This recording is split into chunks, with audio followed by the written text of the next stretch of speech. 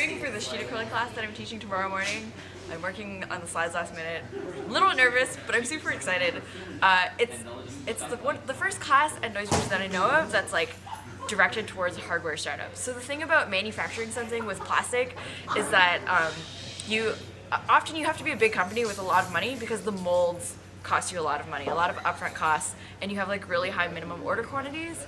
So with sheet acrylic, you can actually build things without a mold, and you can build them in a factory in production with lower minimums and all of that. So we're trying to make the whole process accessible to hardware startups to make it easier for people to take their idea and actually make it and manufacture it. So we've got design for manufacturer, showing people how to actually make things.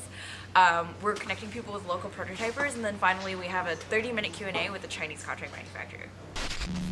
Thank you for watching. If you liked this video, please consider supporting Noisebridge by going to patreon.com/Noisebridge and signing up for a monthly donation.